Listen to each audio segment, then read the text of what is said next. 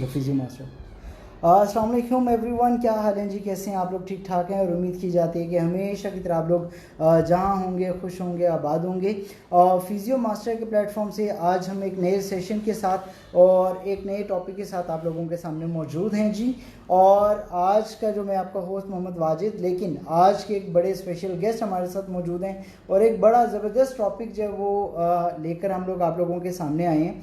और जैसा कि आप लोगों को पता है कि फिजियो मास्टर एक ऐसा प्लेटफॉर्म है कि जो डिफरेंट मेडिकल की फील्ड्स के पॉइंट ऑफ व्यू से और डिफरेंट सिनेरियोज जो हमारे साथ चल रहे हैं और स्पेशली कोविड-19 का एक कंप्लीट टर्म जो है वो और कंप्लीट टेन्योर हम लोगों ने अभी तक गुजारा और उसको हम लोग जो है वो लेकर चलेंगे। उस पर भी बहुत सारी डिस्कशन और डिफरेंट सेशंस आप लोगों के सामने आएंगे। लेकिन आज हम लोग जिस टॉपिक के ऊपर डिस्कशन करने लगे हैं और हमारे जो गेस्ट स्पीकर आज हमारे साथ मौजूद होंगे उनका भी इंट्रोडक्शन मैं आप लोगों के साथ करवाता चलूँगा जी। और टॉपिक के बारे में अगर बात करते हैं तो आज अगर हम लोग देखें तो शायद कोविड-19 की वजह से भी हमारी जो एक फ़िज़िकल एक्सरसाइज या फिज़िकल अपीयरेंस थी उसमें कोई बहुत ज़्यादा फ़र्क नहीं आया। लेकिन चाहिए ये था कि हमें जब वो अपनी जो रूटीन थी उसको थोड़ा सा किसी हद तक चेंज करना था। लेकिन आज हम जो डिस्कशन करने लगे हैं वो हम लोग करने लगे हैं जी डीपीटी, डॉक्टर ऑफ फिजियोथेरेपी। एक प्रॉपर अपने आप में एक बड़ा कंप्लीट सब्जेक्ट है कि जिसके ऊपर जितनी भी बात की जाए बिल्कुल कम है। और आज जब हम लोग जो वो डिस्कशन जब करते हैं हमारे सिटिंग पोस्चर्स कैसे हैं, हम लोग जो है वो अपनी फ़िज़िकल एक्सरसाइजेस को किस तरीके से लेकर चल रहे हैं, तो ये चीज़ें जो वो हमारी अपनी पर्सनल लाइफ के अंदर जो वो बड़ी कम हो गई हैं। कोविड-19 के साथ होना तो ये चाहिए था कि हमारी जो फिज़िकल एक्सरसाइजेस थी उसको ज़रा थोड़ा सा हमारी अपनी पर्सनल लाइफ के अंदर जो वो अपीयरेंस उसकी मिलनी चाहिए थी। लेकिन हुआ यूँ कि हम लोगों ने उसको भी नज़रअंदाज किया और कोविड-19 को हम लोगों ने अपने ज़हनों पे सवार किया। लेकिन अगर हम जो है वो डीपीटी के हवाले से अगर डिस्कशन करना चाहें, डॉक्टर फिज़िकल थेरेपी के बारे में बात करें, तो आज शायद हम में से हर तीसरे शख्स को इसकी ज़रूरत भी पड़ती है और इसकी फील्ड इसके बारे में जानना चाहेंगे, इस सब्जेक्ट के बारे में जानना चाहेंगे। अपने गेस्ट का तारुफ जो है वो मैं आप लोगों से करवाता चलूँ जी। हमारी ये कोशिश रही कि हम लोग जो वो पूरे पाकिस्तान में से कुछ शाइनिंग स्टार्स, एक बड़ी ख़ास बात जब मैं करता होता हूँ कि अल्लाह ताला ने आसमान पे सितारे बनाए ख़ास इसलिए कि हम लोग उनसे रहनुमाई हासिल कर सकें। लेकिन कुछ सितारे अल्लाह ताला ने ज़मीन पे इसलिए भेजे कि हम लोग उनसे रहनुमाई हासिल कर सकें। तो आज एक सितारा डॉक्टर फराज बिलाल हमारे साथ बिल्कुल मौजूद होंगे जो ख़ास हमें बताएंगे कि डीपीटी का स्कोप एज आ सब्जेक्ट कैसा है, इसको एज ए प्रैक्टिस अगर जो वो डॉक्टर्स इसको लेकर चलना चाहें तो वो किस तरीके से इसको अपनी प्रैक्टिस में लेकर आ सकते हैं, क्लिनिकल साइड पे अगर इसको लेकर चलना चाहें तो उसको किस तरीके से लेकर चल सकते हैं जी। डॉक्टर फराज बिलाल साउथ पंजाब का एक बड़ा नाम जो अभी एक बड़ा ज़बरदस्त एक प्रोजेक्ट भी आप लोगों के सामने लेकर आने वाले हैं। नाम जब वो खुद ही मैं चाहूँगा कि वो रिवील करें और आप लोगों के साथ शेयर करें। लेकिन उस नाम की कामयाबी है कि वो इस वक्त दुनिया की टॉप 100 ऐप्स के अंदर वो जो नाम है वो लाइक है और वो हम लोग ज़रूर जानना चाहेंगे डॉक्टर फराज से ही कि वो इसको किस तरीके से आगे देखते हैं। और ख़ास अगेन डीपीटी की तरफ ही हम लोग आएंगे और आप लोगों की किसी किस्म की कोई क्वेश्चन, कोई क्यूरीज अगर हों तो वो भी आप ज़रूर जो है वो डॉक्टर फराज से शेयर कीजिएगा कि डीपीटी आप लोगों के लिए क्यों ज़रूरी है, उसको एज ए सब्जेक्ट अगर आप लेकर चलना चाहते हैं तो क्यों ज़रूरी है, एज ए प्रैक्टिस आप उसको लेकर चलना चाहते हैं तो क्यों ज़रूरी है, कौन से चैलेंजेस आपको लगता है कि आप जो वो फेस कर रहे हैं डीपीटी के हवाले से। एक चीज़ बड़ी इंपॉर्टेंट बताता चलूँ कि आज हमारे घर में माएँ अगर मौजूद हैं और जब वो घुटनों में दर्द होता है या उनके शोल्डर्स में पेन होता है या उनके जॉइंट्स में पेन होता है तो फ़ौरन से हम लोग जब वो डॉक्टर्स को अप्रोच करते हैं। तो ये चीज़ है वो बड़ी एक इम्पॉर्टेंट होगी कि हमारे पेरेंट्स जिनकी फ़िज़िकल जो एक्टिविटीज़ हैं वो बड़ी कम हुई हुई हैं, लेकिन उसकी वजह से क्या हो रहा है कि वो डिफरेंट जो डिजीज़ हैं उनको जब वो फेस कर रहे हैं। तो इन चीज़ों से रिलेटेड भी अगर आपका किसी किस्म का कोई क्वेश्चन हो तो आप ज़रूर जब वो डॉक्टर फराज बिलाल से जो वो शेयर करेंगे। मैं अब जो है अपना ये सेशन हैंड ओवर करूँगा डॉक्टर फराज बिलाल को कि वो आप लोगों के साथ जब वो आप लोगों को ज्वाइन करें और आज के इस टॉपिक को डॉक्टर फिज़िकल थेरेपी को आप लोगों के साथ शेयर करें और जितनी भी इंफॉर्मेशन हो सके आप ज़रूर उनसे गैदर कीजिएगा। और चलते हैं जी डॉक्टर फराज बिलाल की तरफ। Thank you sir.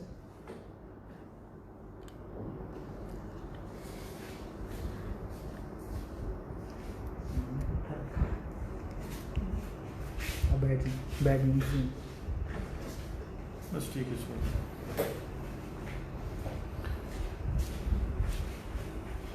Bismillahirrahmanirrahim.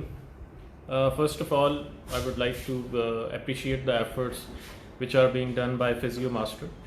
And secondly जो है मैं चाहूँगा कि वाजिद साहब ने जो है वो बहुत ही एक अच्छा जो है इंट्रोडक्शन दिया, और मेरा ख्याल में कुछ ज़्यादा ही दे दिया इंट्रोडक्शन, तो लेकिन ये उनकी एक जो है हम्बल अप्रोच है कि उन्होंने एक जो है अच्छे वे में जो है वो इंट्रोड्यूस किया। तो मैं स्टेप वाइज जो है इस पूरी सेशन को लेके चलूँगा, एंड स्टेप वाइज से मुराद ये है कि मैं चाहूँगा कि हम जितनी भी क्वेरीज़ हैं वो हम एंड में जो है वो डिस्कस करें, और इसमें जो है मैं चीज़ों को बहुत ही जो है वो क्लियर रखूँगा। सबसे पहले जो है मैं थोड़ा सा अपना तारुफ जो है वो इसलिए करवाना चाहूँगा सो दैट जो है आपको ये आइडिया हो जाए कि if the person is eligible और not to speak on the platform, especially for the degree of DPT, Doctor of Physical Therapy. तो मैंने कुछ जो है वो पॉइंट्स अपने माइंड में जो है वो क्लियर किए हुए हैं कि मैं किस तरह से जो है वो बात करूँगा और किस डायरेक्शन में जो है हम इस जो है वो सेशन के जर्नी को जो है वो लेके चलेंगे। तो डॉक्टर ऑफ फिज़िकल थेरेपी जो है it's just like a medical field, and मैं जो है जब भी बात करता हूँ तो उसमें पॉजिटिव क्रिटिक्स भी आती हैं और नेगेटिव क्रिटिक्स भी आती हैं। पॉजिटिव क्रिटिक्स इसलिए आती हैं कि just because I am not a physiotherapist, I am a gynaecologist, तो लोग कहते हैं कि गायनेकोलॉजिस्ट जो है why he is talking on the topic of physiotherapy. और जो है वो पॉजिटिव क्रिटिक्स इसलिए होती हैं कि लोग उल्टा जो है सपोर्ट करते हैं, वो कहते हैं कि दैट्स अ गुड थिंग कि एक गायनेकोलॉजिस्ट जो है वो सपोर्ट कर रहा है फिज़िकल थेरेपी को। अब सिर्फ सपोर्ट तक की लॉजिक जो है आई डोंट थिंक कि वो क्लियर लॉजिक है कि अगर कोई भी कहे कि जी वो एक गायनेकोलॉजिस्ट है और इसलिए वो डीपीटी के बारे में जो है वो ज़्यादा बेहतर बता सकता है, तो आई थिंक कि ये जस्टिफाई नहीं होता। तो लास्ट 4 और 5 ईयर्स से जो है मेरा बड़ा डीप कनेक्शन है फिज़िकल थेरेपी से। I started up with opening a rehabilitation centre south Punjab में जो है अपनी नौयत का मैं तो क्लेम करता हूँ, और स्टिल जो है मैं जो है ओपनली सबको कहता हूँ कि प्लीज़ आप आएँ और हमारे जो है वो एक आइडियल रिहैबिलिटेशन सेंटर को देखें। तो that was the first complete rehabilitation centre जो कि द फिजियो के नाम से जो है मैंने ओपन किया मुल्तान शहर में, और उसमें हमारी अप्रोच जो है वो मल्टी डिसिप्लिनरी कोऑर्डिनेटेड रिहैबिलिटेशन की थी, जहाँ पर हमने रिहैबिलिटेशन के हर डोमेन को जो है वो कनेक्ट किया, चाहे वो फिज़िकल थेरेपी की डोमेन थी, चाहे वो स्पीच थेरेपी की डोमेन थी, चाहे वो ऑक्यूपेशनल थेरेपी की डोमेन थी या न्यूट्रिशन की डोमेन थी। हमने हर डोमेन को जो है वो साथ में कनेक्ट किया और लोगों को जो है एक नया इम्प्रेशन दिया कि रिहैबिलिटेशन और स्पेशली फिजियोथेरेपी जो है वो एक्चुअली में कनेक्टेड किस तरह से। तो 4 to 5 ईयर्स का जर्नी है जिसमें स्टार्ट जो है मैंने क्लिनिकल साइट से किया, एंड क्लिनिकल साइट पे जो है वो तकरीबन 12 to 13 आवर्स जो है हमारे सेंटर्स जो है वो ओपन रहते हैं, और फर्स्ट सेंटर मुल्तान में था, देन लेटर ऑन हम साउथ पंजाब में एक्सपैंड करने शुरू हो गए, और 2019 तक जो है हमने तकरीबन 14 जो है वो हमने रिहैब सेंटर्स ओपन कर लिए। अच्छा, देन आई फेल्ट कि जो है कहीं ना कहीं जो है वो कमी आ रही है कि हमारे जो फिजियोथेरेपिस्ट हैं तो they need some kind of more extensive education। तो मैंने कहा कि हम जो है वो अब एकेडमिक साइड की तरफ भी आते हैं। Then I opened up an institute जहाँ पर अभी भी जो है हमारे स्टूडेंट्स जो हैं वो 2 बैचेस में 4th सेमेस्टर के और 2nd सेमेस्टर में जो है वो पढ़ रहे हैं। तो कहने का मकसद ये है, इट डज़न्ट मैटर कि जो है मैं गायनेकोलॉजिस्ट हूँ, लेकिन जो इम्पॉर्टेंट है वो ये है कि मेरा फिजियोथेरेपी में एज अ डॉक्टर जो है वो भी एक डीप इंसाइट है, एज अ बिजनेसमैन भी एक डीप इंसाइट है, और एज एन ऑब्जर्वर भी जो है डीप इंसाइट है। और इसलिए मैं समझता हूँ कि जो है जो चीज़ें मैंने इन 4 से 5 सालों में जो है वो फील की हैं, तो I should share up those things. तो जब हम कोई भी किसी भी टॉपिक की या प्रोडक्ट की बात करते हैं तो सबसे पहले तो हम ये देखते हैं कि वो है क्या। मुझे ये बताने की ज़रूरत नहीं है, स्पेशली क्योंकि मैं उम्मीद कर रहा हूँ कि हमारी जो मैक्सिमम ऑडियंस है वो फिज़ियोथेरेपिस्ट की है, कि मुझे ये बताने की ज़रूरत नहीं है कि फ़िज़ियोथेरेपी क्या है। Doctor of physical therapy is a 5 year degree program and उसमें क्या क्या कुछ है ये आप लोग जानते हैं। लेकिन मुझे ये बताना लाजमी है कि क्या फ़िज़ियोथेरेपी की जो है वो मार्केट है या नहीं है। जब हम बात मार्केट की करते हैं, मार्केट मीन कि आप कोई भी चीज़ कर रहे हैं, क्या उसकी जो है कस्टमर्स या क्लाइंट्स या पेशेंट्स जो हैं वो अवेलेबल हैं या नहीं हैं। तो लिस्ट को जो है वो कंटिन्यू हम करेंगे एंड मेरा स्टार्टअप जो है वो ऑब्वियसली होगा कि इसकी मार्केट है या नहीं है। अब मार्केट की बात हम करें तो मैं ये समझता हूँ कि हम बुज़ुर्गों की बहुत सारी बातें जो हैं वो भूल जाते हैं। हम बहुत सारी जो है वो गोल्डन कोटेशंस को जो है हम स्किप कर जाते हैं। और आई रिमेंबर कि कुछ आसान कोटेशंस, गोल्डन कोट्स जो हैं, जो हम जो है 8th 9th क्लास में पढ़ा करते थे, 6th क्लास में पढ़ा करते थे, उसमें से कोटेशन जो है वो मेरे माइंड में हर टाइम जो है वो रिवॉल्व करती रहती है, that there is always an opportunity at the top. तो इसमें तो कोई शक ही नहीं है कि कोई भी फील्ड है, चाहे वो एक डॉक्टर का फील्ड है, चाहे वो MBBS डॉक्टर है, या चाहे वो फिज़ियोथेरेपिस्ट है, चाहे वो स्पीच थेरेपिस्ट है, चाहे वो एक कबाड़िया है, या चाहे वो जो है एक मोबाइल टेक्नोलॉजिस्ट है, टॉप पर हर किसी के लिए जो है वो जगह अवेलेबल होती है। और टॉप पर वो आता है जिसको अपने फील्ड की ग्रिप जो है वो बहुत ज़्यादा होती है। और फील्ड में ग्रिप जो है वो तब आती है कि जब आप कॉन्टीन्यूस जो है वो एफ़र्ट्स करते हैं। और एफ़र्ट्स इसी तरीके से हैं कि आप जिम में जाते हैं फर्स्ट डे, तो आप जो है वो 2 kg का जो है वो डंबल जो है उससे एक्सरसाइज कर रहे होते हैं, और आहिस्ता आहिस्ता फिर आप 3 kg 4 kg 5 kg और आप अपनी जो है वो एंडोरेंस लेवल को बढ़ाते जाते हैं। तो अपॉर्चुनिटी जो है टॉप वालों के लिए तो हमेशा है, लेकिन अब हर कोई टॉप पर तो नहीं आएगा। कुछ लोग जो हैं वो हमारी तरह के जो है वो मीडियोकर्स भी हैं, और वो ये सोचते होंगे कि जो है यार चलो टॉप वाले तो जो है वो कहीं ना कहीं जो है स्कोप अपना बना लेंगे, लेकिन हमारा क्या होगा जो कि मीडियोकर्स हैं। या इवन चले हम बात करते हैं बैक बेंचर्स की, मैं बैक बेंचर्स की इसलिए बात करूँ, फिज़ियोथेरेपी में मैंने देखा है कि गालबन जो है वो एक क्लास जो है कम स्टूडेंट्स की होती है, लेकिन जिस मेडिकल यूनिवर्सिटी से मैं पढ़ा हूँ, निश्तर मेडिकल यूनिवर्सिटी, जो कि पूरे एशिया में एक जाना पहचाना नाम है, निश्तर मेडिकल हॉस्पिटल का, कॉलेज का और यूनिवर्सिटी का, तो वहाँ पर एक क्लास जो है वो 300 और 350 के बीच में होती थी, और मेरी क्लास में कोई 330 लोग थे, और 330 में जो है मेरा ख्याल में कोई 175 के करीब जो है वो फीमेल्स थी और बाकी जो है वो बॉयज़ थे। तो it was a big class, और उसमें जो है वो जो कैटेगरीज़ हैं वो बड़ी क्लियर बनी होती थी। कुछ जो है टॉप वाले होते थे, और कुछ लोग जो है वो मीडियोकर्स होते थे, और कुछ बैक बेंचर्स होते थे। तो अब जो है स्कोप तो सबके लिए होना चाहिए, और इसमें कोई शक नहीं है। तो हम जो है मैं आपको बता देता हूँ कि हम 4-5 चीज़ों पे बात करेंगे। पहले ये कि हमारे पास जो है वो पेशेंट्स हैं या नहीं हैं फिज़ियोथेरेपी की, क्योंकि बहुत सारे लोग कहते हैं कि जो है ना फिज़ियोथेरेपी में जो है लोगों को अवेयरनेस नहीं है और शायद ज़रूरत नहीं है, इसलिए लोग परेशान रहते हैं। सेकेंडली जो है हम बात करेंगे मिथ्स पर और मिसकंसेप्शंस पर। ट्रस्ट मी कि doctor of physical therapy degree में जितनी मिथ्स और मिसकंसेप्शन जो हैं वो मैंने एक्सपीरियंस की हैं फिज़ियोथेरेपिस्ट से जो है 1-to-1 सेशंस करके, तो शायद किसी और फील्ड में इतनी जो है मिथ्स नहीं होंगी। थर्ड हम बात करेंगे स्कोप्स पर, और फोर्थ हम बात करेंगे कि ग्रेजुएट ऑप्शंस हमारे पास के ग्रेजुएट जब हम हो रहे हैं उसके बाद हमें क्या करना चाहिए, और पोस्ट ग्रेजुएट जो है वो हमारी सिलेक्शन किस तरह से होनी चाहिए, कि क्या हमें MS की तरफ जाना चाहिए या हमें MPhil की तरफ जाना चाहिए, या हमें जो है वो हम पोस्ट डॉक की बात भी कर लें कि हमने MPhil कर लिया है या MS कर लिया है, तो क्या हमें जो है वो PhD की तरफ जाना चाहिए या नहीं जाना चाहिए। एंड सेकंड लास्ट पर हम बात करेंगे कॉमन मिस्टेक्स जो कि फिज़ियोथेरेपिस्ट जो है ओवर एंड ओवर जो है वो कर रहे हैं। और लास्ट में जो है मैं चाहूँगा कि आपको एक टेक होम जो है वो मैसेज करूँ।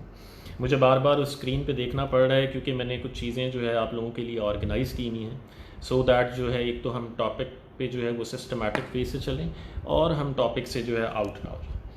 तो हम स्टार्ट करते हैं जी। जो लोग ये कहते हैं कि शायद जो है वो फ़िज़ियोथेरेपी के पेशेंट्स नहीं हैं, या जो है फ़िज़ियोथेरेपी के पेशेंट्स जो हैं वो बहुत कम हैं। तो जनाब, मैंने जो है गायनेकोलॉजी में स्पेशलाइजेशन की है। MBBS मैंने जैसे बताया कि मैंने नेशनल से किया है, उसके बाद जो है मैंने DPH किया, उसके बाद जो है मैंने गायनेकोलॉजी में स्पेशलाइजेशन की, इसके साथ जो है मैंने मास्टर ऑफ पब्लिक हेल्थ भी किया हुआ है। तो कहने का मकसद ये है कि बहुत ही वर्सटाइल ग्रिप है मेरी मेडिकल फील्ड में।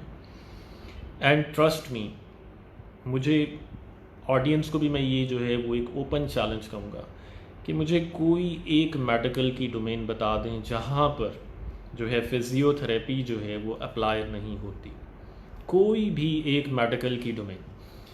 और 100% ट्रीटमेंट के लिए फ़िज़ियोथेरेपिस्ट का एक एक्टिव रोल जो है वो बहुत ही ज़्यादा इम्पॉर्टेंट है।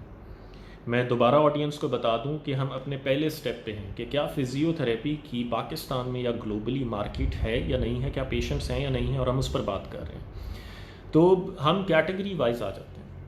हम ऑर्थो की बात करें तो क्या ऑर्थो में जो है कॉन्ट्रैक्चर्स को रिलीफ के लिए हमें जो है फ़िज़ियोथेरेपी की ज़रूरत नहीं पड़ती। चले हम ऑर्थो को छोड़ देते हैं। लोग कहते हैं कि जी चले हड्डियों में तो जो है फ़िज़ियोथेरेपी का डायरेक्ट रोल है।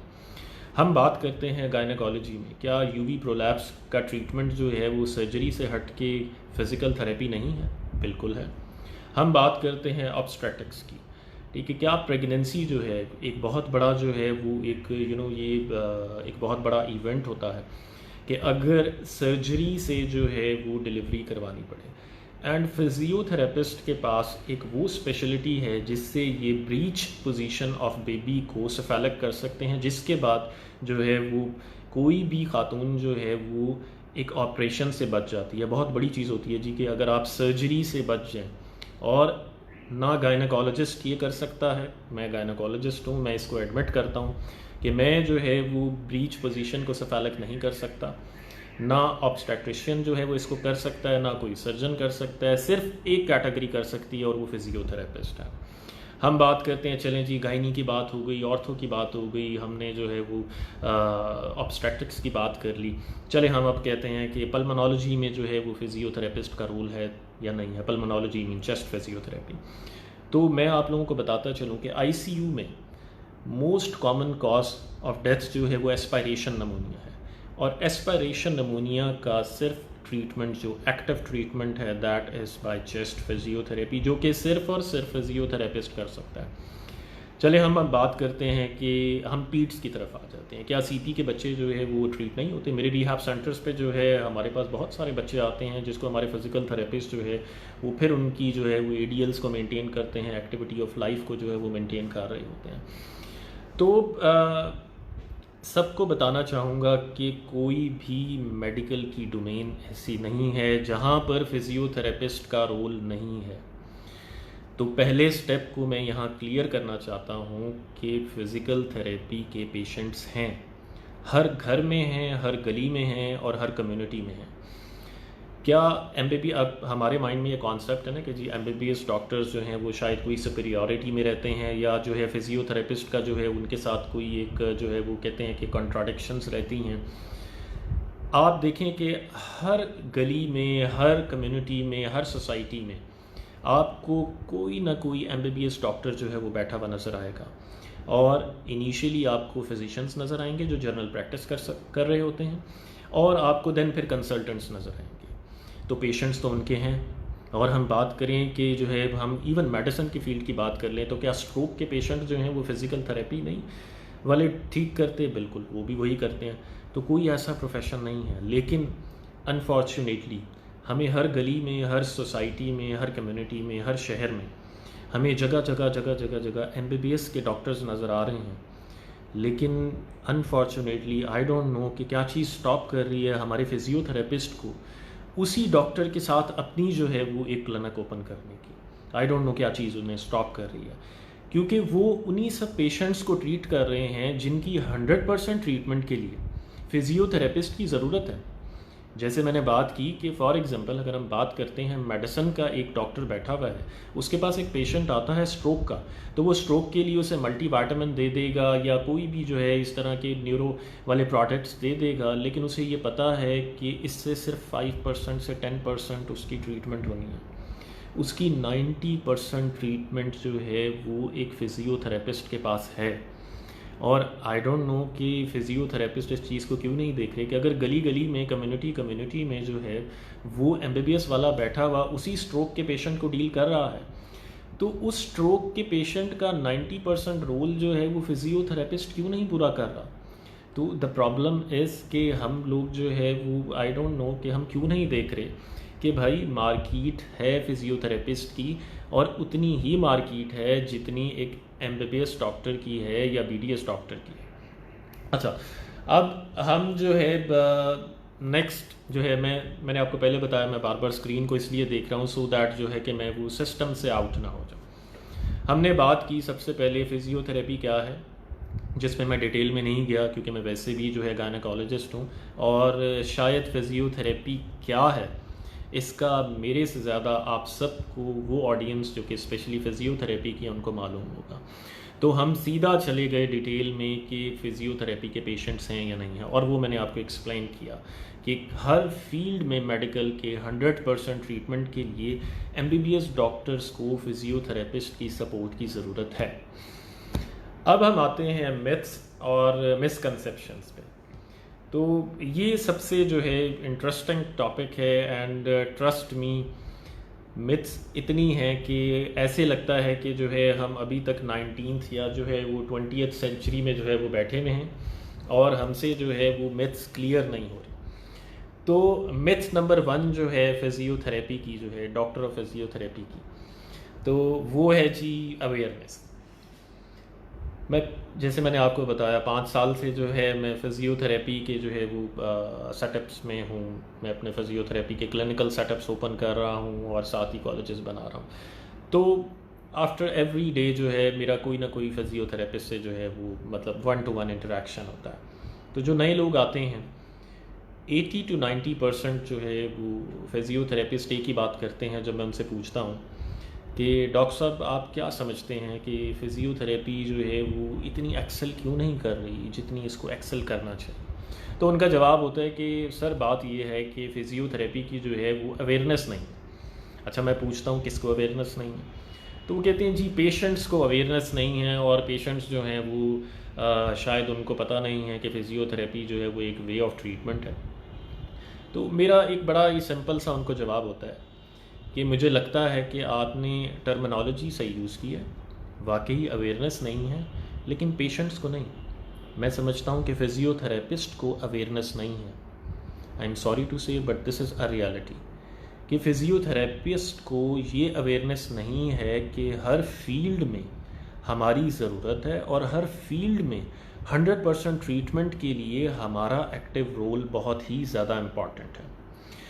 हम बात करें कि क्या जो है अगर अवेयरनेस की बात करें तो मुझे बताएं कि पढ़े लिखे लोग हम देखते हैं अच्छी अच्छी गाड़ियों में बैठ के जो है वो पीरों के पास जा रहे होते हैं। पढ़े लिखे लोग जो है वो क्वैक्स के पास जा रहे होते हैं।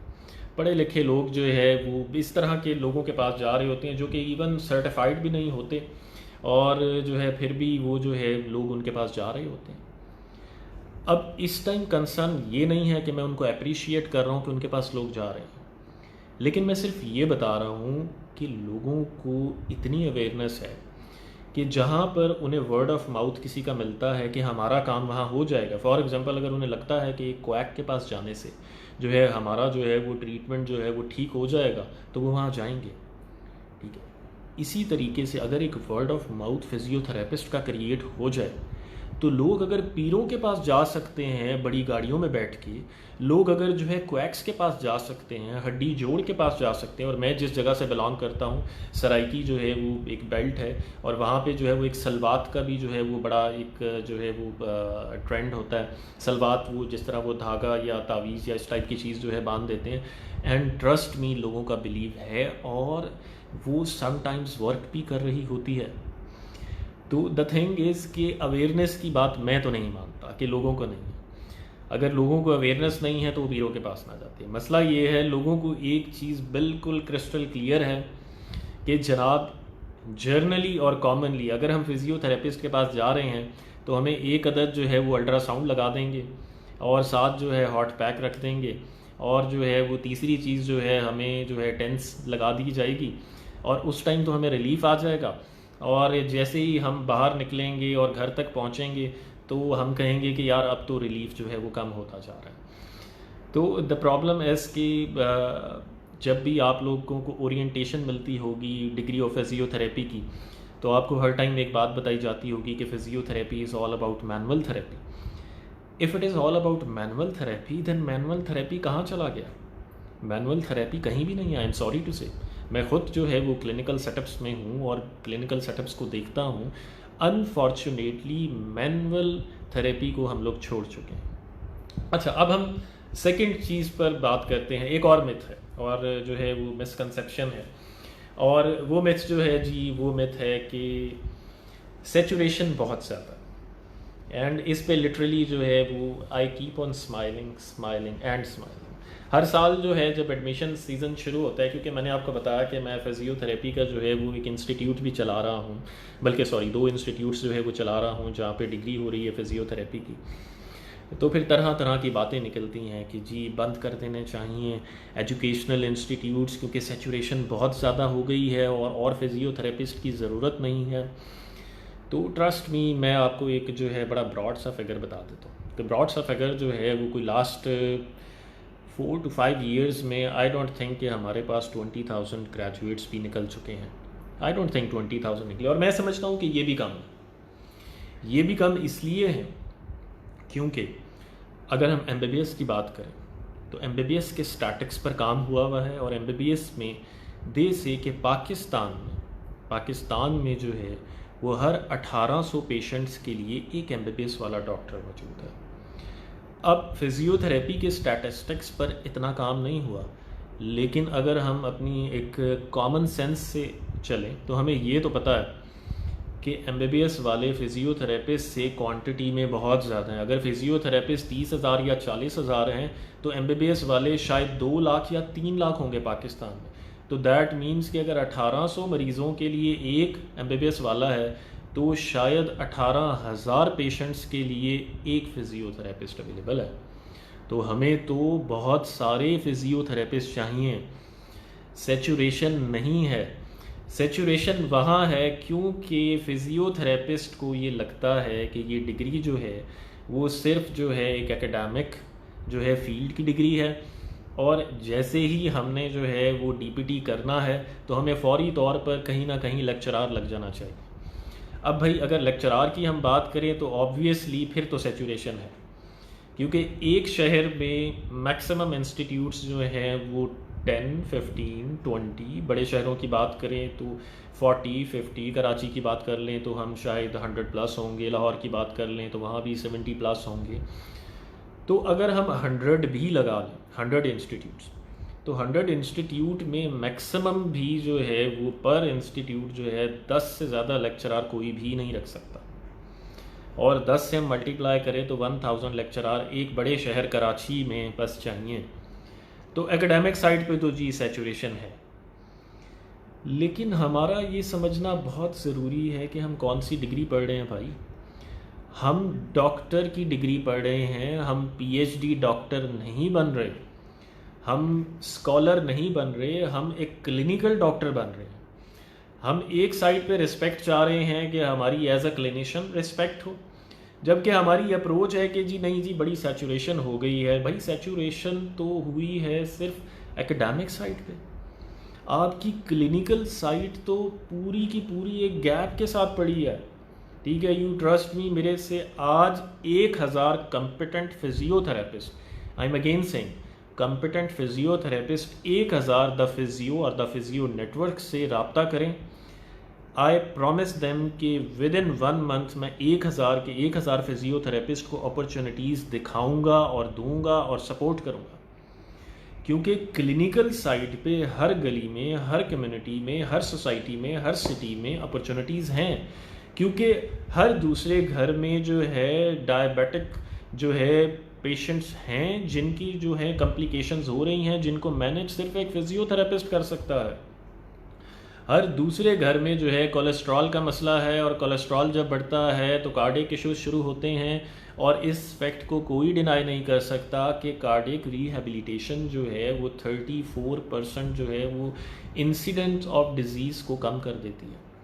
इट्स अ मॉडर्न टेक्निक के जो आपके डिजीज़ लेवल को इतना कम कर देती है। और कार्डियक रिहेबिलिटेशन कौन करवाएंगे? फिजियोथेरेपिस्ट। और क्या हमें ये नहीं पता कि हर तीसरे घर में जो है हार्ट का इशू है? इसी तरीके से हर तीसरे चौथे घर में हमें स्ट्रोक के पेशेंट्स नज़र आ रहे होते हैं, हाइपरटेंशन के पेशेंट नज़र आ रहे होते हैं, हमें कहीं ना कहीं सीपी के बच्चे नज़र आ रहे होते हैं, गायनी के इश्यूज चल रहे होते हैं। तो जनाब बहुत बड़ा गैप है, बहुत ही बड़ा गैप है। प्लीज़ इस सैचुरेशन को कभी भी मत जो है वो कंफ्यूज कीजिए। ये एक मिथ है, कोई सैचुरेशन नहीं है। हमें 2 लाख फिजियोथेरेपिस्ट की आइडियली ज़रूरत है, क्योंकि ये डिग्री एक क्लिनिकल डिग्री है, ये कोई एकेडमिक डिग्री नहीं है, ये क्लिनिकल डिग्री है। और क्लिनिकल डिग्री का मतलब है पेशेंट्स। और पेशेंट्स आपको जो है इंस्टीट्यूट्स में नहीं मिलेंगे, पेशेंट्स आपको सिर्फ़ और सिर्फ जो है वो बाहर मिलेंगे। जब आप इंस्टीट्यूट की 4 दीवारी से बाहर निकलेंगे, अपना क्लिनिक ओपन करेंगे या किसी क्लिनिक में जाएंगे। अच्छा, तो अवेयरनेस का पॉइंट मैंने क्लियर कर दिया, सैचुरेशन का क्लियर कर दिया। फिर मैंने थोड़ा सा जिक्र जो है द टाइप ऑफ डिग्री पे भी किया। मैं समझता हूँ कि वाकई में लोगों को अंडरस्टैंडिंग नहीं है कि किस टाइप की डिग्री है। भाई ये क्लिनिकल डिग्री है, इसको प्लीज़ मेक श्योर कीजिए। हम एक्सपेक्ट कर रहे होते हैं कि हमें जो है वो क्लिनिशियन जो है एमबीबीएस वालों की तरह देखा जाए, जबकि जब बात आती है डीपीटी के फ़ौरन बाद की, तो हम पहले ही प्लान बनाना शुरू कर देते हैं कि जी हमने फ़लाने कॉलेज में लेक्चरार लगना है और फ़लाने कॉलेज में जो है हमने जॉब करनी है। क्यों? क्योंकि हमें बहुत आसान लगता है। सॉरी टू से, इंस्टीट्यूट्स की बात करें तो मैं समझता हूँ कि लेक्चरार वर्सेस स्टूडेंट्स, तो स्टूडेंट तो बेचारा जो है वो एक मज़लूम है। और स्टूडेंट्स को जो है वो आप सही पढ़ाएं या गलत पढ़ाएं, स्टूडेंट ने उफ भी नहीं करना। स्टूडेंट्स ने जो है वो आपकी डीपी लगेगी, चाहे आप जो है वो किसी तरह की भी डीपी हो, चाहे आप बहुत ही नॉर्मल जो है पर्सनालिटी के हों, तो ऐसे बेहतरीन कमेंट्स आपको आ रहे होंगे कि wonderful personality sir, wonderful personality madam, elegant, ये वो। क्यों? क्योंकि स्टूडेंट बेचारा तो मज़लूम है, उसकी मजबूरी है, उसने हर सूरत में आपकी पिक्चर पे भी कमेंट करना है। अगर आप गलत पढ़ा रहे हैं तो वो कुछ भी नहीं कर सकता। और मैं समझता हूँ कि एज अ लेक्चरर जो है वो शायद आपके लिए बड़ा कम चैलेंज है। तो हर किसी की कोशिश होती है कि जी हम फटाफट जो है वो लेक्चरार बन जाएं, जैसे ही डीपीटी हुआ है और हम अपनी जो है वो स्कोप वहीं देखें, तो वहाँ तो सैचुरेशन है। तो टाइप ऑफ डिग्री इंपॉर्टेंट है, ये क्लिनिकल डिग्री है। अब लास्ट जो एक मिसकंसेप्शन है वो मैं इसलिए क्लियर कर रहा हूँ कि मैं ख़ुद एमबीबीएस का हूँ। तो ये एमबीबीएस और फिजियोथेरेपिस्ट का जो है ना वो बड़ा एक पेचा रहता है, मतलब कि एक तनाव रहता है, एक जो है वो खिंचाव रहता है। फिजियोथेरेपिस्ट कहते हैं कि जी एमबीबीएस वाले जो है ये हमें सपोर्ट नहीं करते, और जो है एमबीबीएस वाले नहीं चाहते फिजियोथेरेपिस्ट जो है वो कहीं से भी आ गए हैं। तो आप यकीन जानिए, पहली बात तो ये है कि हर फील्ड में अच्छे और बुरे लोग होते हैं, ठीक है। एमबीबीएस में भी अच्छे लोग हैं, एमबीबीएस में भी बुरे लोग हैं, लेकिन बुरे लोग इतनी मेजॉरिटी में नहीं होते। इसी तरीके से जो है फिजियोथेरेपी में भी अच्छे लोग भी होंगे, फिजियोथेरेपी में जो है वो बुरे लोग भी होंगे। तो मैं एमबीबीएस वाला हूँ, ट्रस्ट मी जो है, मैं तो मेरे जितने भी दोस्त हैं उनका विज़न बहुत क्लियर है। वो कहते हैं कि भाई अगर कोई मेरा दोस्त जो है ऑर्थोपेडिक सर्जन है तो वो मुझे ख़ुद कहता है कि जनाब मुझे फिजियोथेरेपिस्ट चाहिए। क्यों? क्योंकि मेरे पेशेंट को जब जो है मैं वो प्लास्टर और पैरिस लगाता हूँ, पीओपी करता हूँ, तो पीओपी के बाद जब मैं पीओपी खोलता हूँ तो मेरा पेशेंट जो है वो 3-4 महीने लगा देता है चलते चलते। जबकि जब मैं जो है वो एक फिजियोथेरेपिस्ट को साथ मिलाता हूँ तो मेरा पेशेंट जो है हफ्ते 2 हफ्ते में खड़ा हो जाता है। तो किसको अपने पेशेंट की जल्दी रिकवरी नहीं चाहिए? हर किसी को चाहिए। अगर एक मेडिसिन वाले के पास जो है वो एक स्ट्रोक का पेशेंट आता है तो वो भी चाहेगा कि वो 6 महीने साल जो है वो ना करे, वो बल्कि चाहेगा कि उसका पेशेंट जो है वो 1 महीने 2 महीने, और हम जानते हैं कि फर्स्ट 6 वीक्स में स्ट्रोक के पेशेंट्स की रिहैबिलिटेशन के through maximum chances of recovery हैं। तो भाई एमबीबीएस वालों को आपकी ज़रूरत है, सब्जेक्ट टू अगर हम जो है वो अल्ट्रासाउंड, टेंस, और हॉट पैक्स के अलावा भी कुछ करें, हम मैनुअल थेरेपी की तरफ भी आएँ। हम अगर एक्सपर्ट होंगे तो लोग हम पे बिलीव करेंगे। मैं गायनेकोलॉजिस्ट हूँ, मैं हर वीक तकरीबन कोई 10 से 12 सर्जरीज़ कर लेता हूँ, किसी वीक जो है ज़्यादा सर्जरीज़ भी हो जाती हैं। तो मैं हर किसी को एक बात बड़ी क्लियर करता हूँ कि हम ह्यूमन लाइफ्स को डील कर रहे हैं, we are doctors, and human lifes को डील करना कोई मजाक की बात नहीं है, क्योंकि आपकी एक रॉन्ग मूवमेंट या आपका एक रॉन्ग एक्शन किसी की पूरी फैमिली को बर्बाद कर सकता है। और चाहे वो उसके जो है कमाने वाले लोग हों या ना कमाने वाले लोग हों, लेकिन लाइफ की एक इम्पॉर्टेंस है, और लाइफ के साथ जो है हम तजर्बे नहीं कर सकते। मैं जब ऑपरेशन कर रहा होता हूँ, एक सर्जरी करता हूँ, तो मेरे हाथ में 2 ज़िंदगियाँ होती हैं, एक माँ की और एक बच्चे की। आप यकीन जानिए कि मैं 0.001% भी गलती की गुंजाइश नहीं रख सकता, क्योंकि मैंने एक गलती भी की तो माँ और बच्चे दोनों की जान जाएगी। और इस चीज़ को एक्सपर्ट लेवल पर लाने के लिए मैंने MBBS के फर्स्ट ईयर से स्पेशलाइजेशन के एंड ईयर तक continuous clinical exposure under supervision किया। एक चीज़ ये क्लियर रखिएगा, अंडर सुपरविज़न। जब मैंने अपनी स्पेशलाइजेशन कंप्लीट कर ली तब सुपरविज़न हटी। क्यों? क्योंकि तब तक मैं अंडर सुपरविज़न इतने थाउजेंड्स ऑफ सर्जरीज कर चुका था कि एक्सपर्टीज़ मेरे पास आ गई थी। तो MBBS वाले ज़रूर आपको चाहेंगे और चाहते हैं, एंड ट्रस्ट मी कि उनको आपकी ज़रूरत बहुत ज़्यादा है। जिस तरह मैं ICU की अगर बात ले लूँ तो इस टाइम आपको पता है कोविड चल रहा है, और कोविड में जो है ICU में पेशेंट, फिर मैं बता रहा हूँ कि एस्पिरेशन निमोनिया से सबसे ज़्यादा ICU में डेथ्स होती हैं, जिसको सिर्फ़ और सिर्फ एक फिजियोथेरेपिस्ट ही ट्रीट कर सकता है। तो जनाब, MBBS वालों का आपके साथ कोई पेचा नहीं है, कोई तनाव नहीं है। जस्ट आपको ये मेक श्योर करना है कि अगर वो अपना पेशेंट आपकी तरफ लेके आ रहे हैं तो पेशेंट आपके रेफरेंस पे जो है वो जा रहा है एक फ़िज़ियोथेरेपिस्ट के पास, और अगर फ़िज़ियोथेरेपिस्ट ने उस पर एक एक्सपर्ट ग्रिप नहीं रखी तो MBBS वाले का अपना पेशेंट भी ख़राब होगा और उस फ़िज़ियोथेरेपिस्ट का वर्ड ऑफ माउथ भी ख़राब होगा। तो ये 4 मिथ्स जो हैं वो मैं क्लियर करना चाहता था, और मैं समझता हूँ कि ये मिसकंसेप्शंस हमें क्लियर होनी चाहिए। प्लीज़, अवेयरनेस है, सेचुरेशन नहीं है, बहुत बड़ा गैप है। अंडरस्टैंडिंग डिग्री की करें, ये कोई PhD वाली डिग्री नहीं है जनाब, ये एक क्लिनिकल डिग्री है, और आपकी जो मार्केट है वो कॉलेजेस से बाहर है। एंड लास्टली, आपका कोई पेचा नहीं है MBBS वालों के लिए। अच्छा, अब हम चलेंगे मोस्ट इम्पॉर्टेंट चीज़ की तरफ, एंड वो है जी स्कोप। सारी बातों में मैंने एक चीज़ वैसे जो है वो बारी बारी ये चीज़ आपको प्रूफ कर रही है कि भाई जितनी बातें डॉक्टर फराज कर चुके हैं, तो हमें तो ऐसे लग रहा है कि फ़िज़ियोथेरेपी का ही स्कोप है। तो वाकई ही में फ़िज़ियोथेरेपी का बहुत स्कोप है। तो जब हम स्कोप की बात करते हैं तो हमारे माइंड में 2 चीज़ें आती हैं, एंड सबसे पहले जो है गवर्नमेंट, कि गवर्नमेंट में क्या स्कोप है, गवर्नमेंट ऑर्गेनाइजेशंस में, और प्राइवेट में क्या जो है वो आपके पास स्कोप है। तो अच्छा, अब हमारे जो है वो पाकिस्तान में जो एक ट्रेंड बना हुआ है पक्की नौकरी का, यदि गवर्नमेंट की नौकरी हो तो क्या ही बात है। तो अनफॉर्चुनेटली वो यहाँ भी है कि हम गवर्नमेंट की नौकरी को इतनी बड़ी अचीवमेंट समझते हैं कि जो है हमने जो है वो शायद पाकिस्तान का जो है सबसे बड़ा मेडल अचीव कर लिया है। जनाब, गवर्नमेंट की जॉब आपको बेशक स्टेबलाइज़ करती है, बेशक स्टेबलाइज़ करती है इनिशियली, लेकिन मैं आपको बताता चलूँ, गवर्नमेंट में जब ग्रेड 17 की जॉब लगती है तो स्टार्टिंग जो है वो 60,000 से होती है, जो कि 7 सालों बाद जो है वो 1,20,30,000 पे जाती है। और हमारी इकॉनमी और महंगाई का जो आलम है आप अच्छी तरह जानते हैं। जब आप अपने आप को डॉक्टर कहते हैं ना, तो आपकी कुछ उम्मीदें होती हैं। आप चाहते हैं कि आपका एक अच्छा लाइफस्टाइल हो, आपका जो है वो पहनावा अच्छा हो, आपकी पर्सनालिटी अच्छी हो, और आपके क्वालिटी ऑफ लाइफ बहुत अच्छा हो।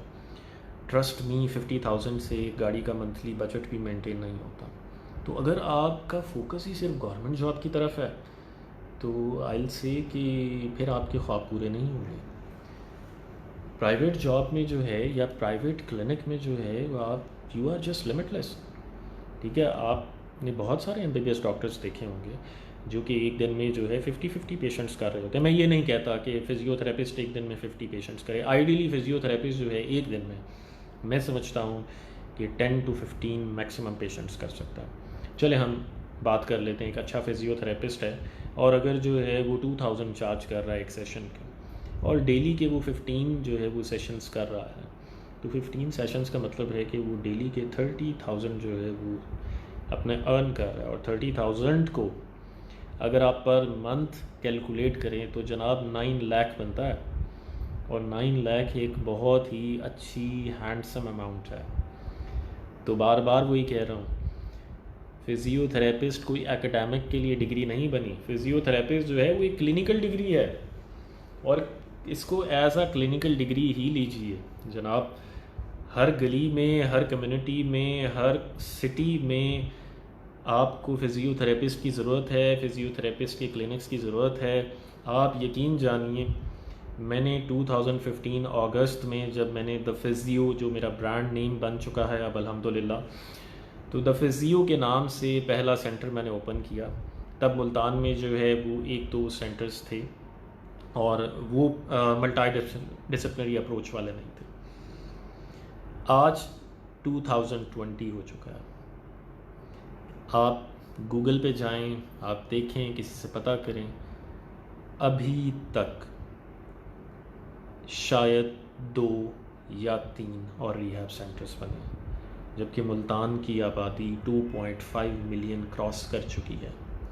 2.5 मिलियन पॉपुलेशन के लिए सिर्फ़ और सिर्फ 5 से 7 या हम कहते हैं ज़्यादा से ज़्यादा 10 सेंटर्स हैं तो जस्टिफाई नहीं होता। दैट मीन कि एक सेंटर जो है 2.5 लाख पेशेंट्स को देखेगा।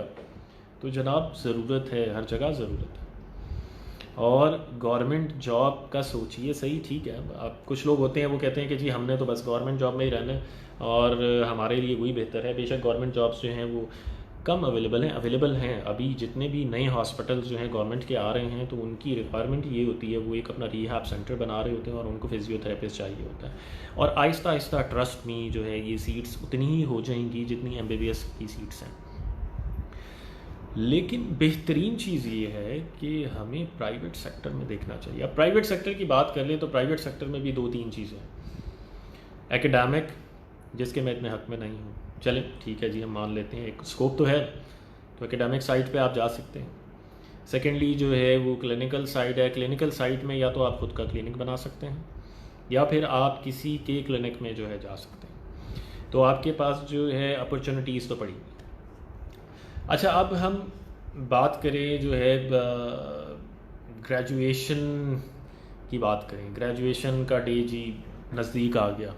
उस टाइम पर जो है ना वो आप अपने आप को बहुत ही ज़्यादा जो है वो डॉक्टर भी फील कर रहे होते हैं।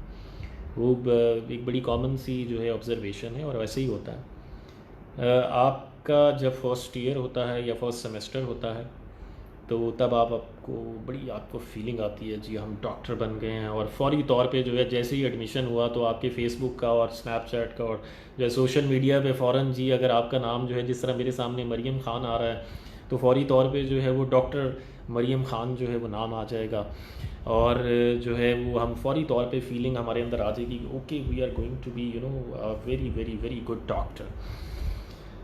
तो पहला साल गुज़रता है, दूसरा साल गुज़रता है और फिर आपका चार्म ख़त्म हो जाता है। ठीक है, क्यों? क्योंकि आपको एनाटॉमी, फिजियोलॉजी, हिस्टोलॉजी, पैथोलॉजी ऐसा रगड़ा लगाती है कि आप कहते हैं कि भाई कोई डॉक्टर नहीं। फिर आपको लोग डराते भी हैं कि भाई किस फील्ड में आ गए हो, मालशी बन रहे हो, और फिर आप और ज़्यादा जो है वो डीमोटिवेट हो जाते हैं। अच्छा, फिर जब आप फाइनल ईयर में होते हैं ना, तो फाइनल ईयर में आपको फिर दोबारा से ये फीलिंग स्टार्ट हो जाती है और आप कहते हैं कि ओके जी अब डॉक्टर साहब जो हैं वो दोबारा से फील्ड में आ रहे हैं और अब असल डॉक्टर साहब आ रहे हैं।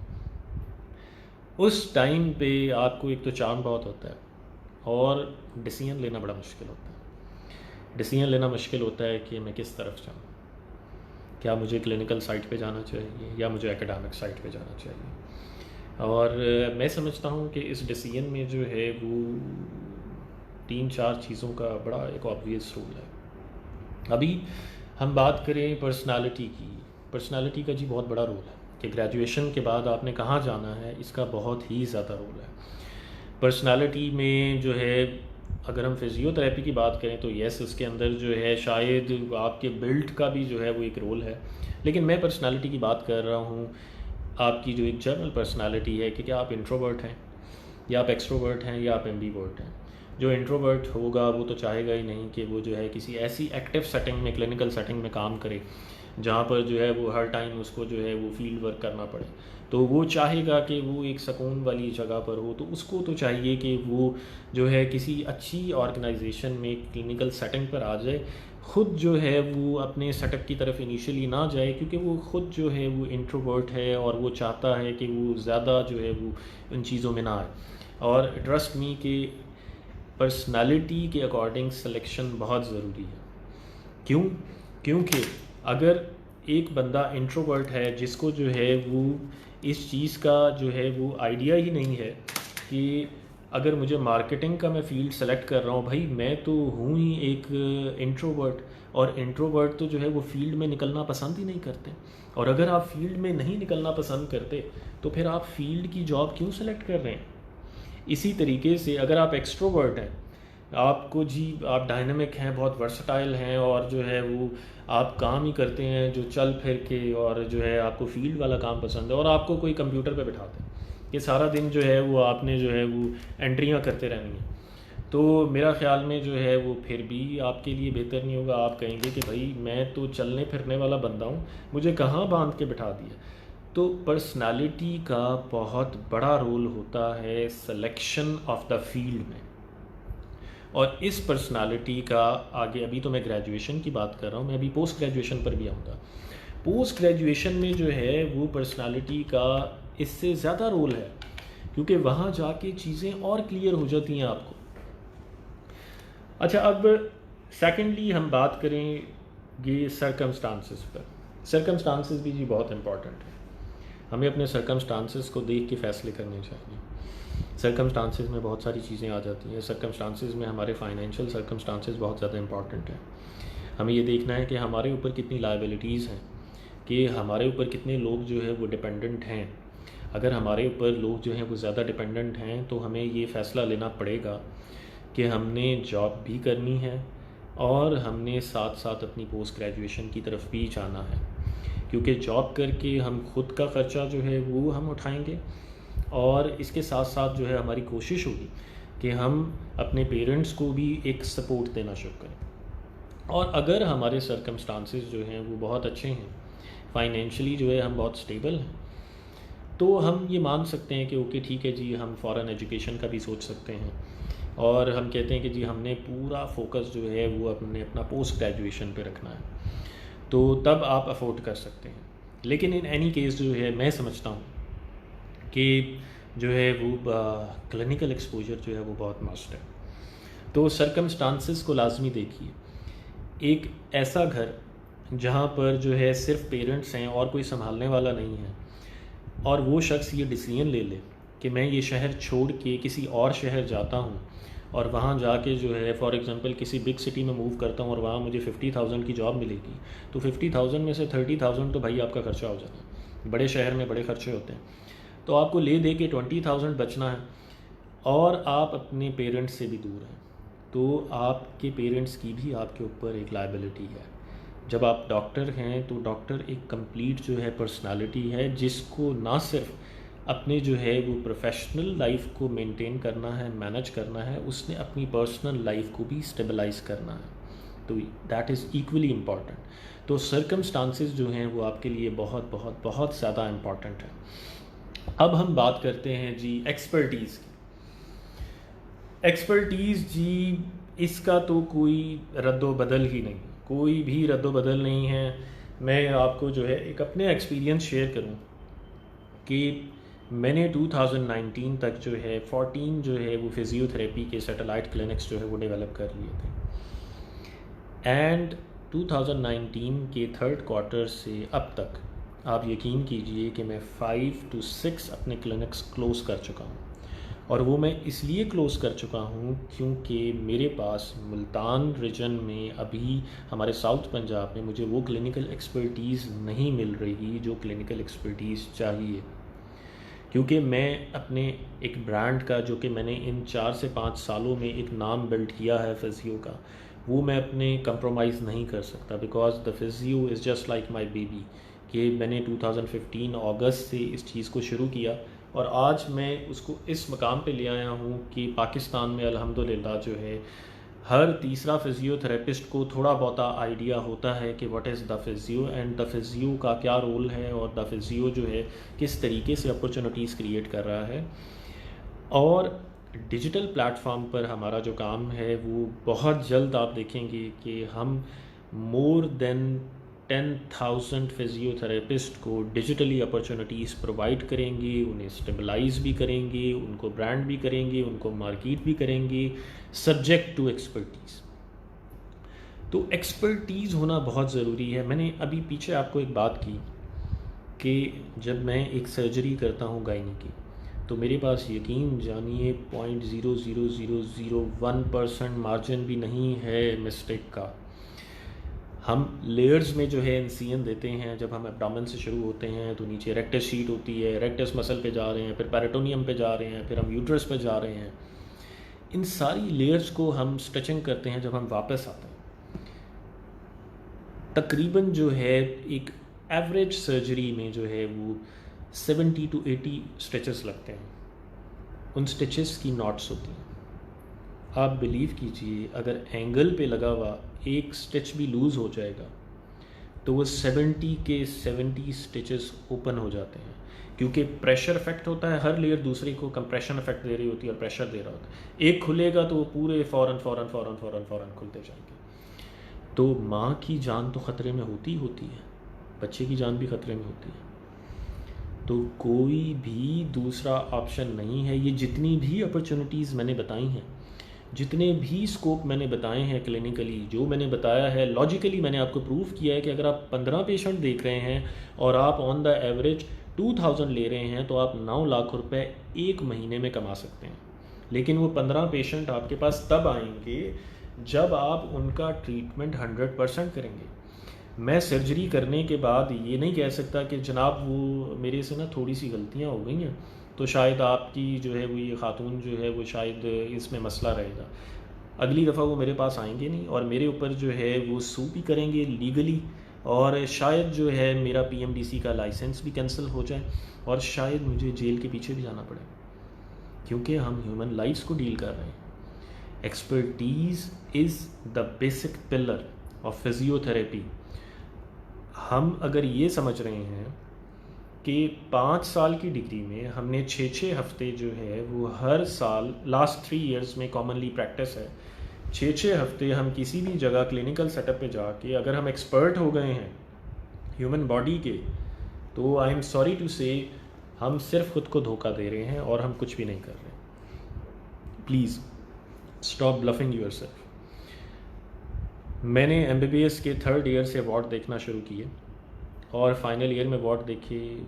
जैसे ही फाइनल ईयर ख़त्म हुई हमारी हाउस जॉब शुरू हुई, एंड हाउस जॉब में ट्रस्ट में हमारी 36 आवर्स की लॉन्ग कॉल्स होती थी। 36 आवर्स हम वार्ड में ही रहते थे। उसके बाद फिर स्पेशलाइजेशन शुरू हुई। आप जानते हैं कि स्पेशलाइजेशन जो है वो मिनिमम 2 इयर्स की और मैक्सिमम 4 इयर्स की होती है। तो 6 साल पहले लग गए, 5 साल MBBS के, 1 साल हाउस जॉब का, देन अगेन आप 4 साल लगा रहे हैं। 10 साल लगाने के बाद देन आप फील्ड में कॉन्फिडेंस के साथ आते हैं और फिर आप काम करना शुरू करते हैं।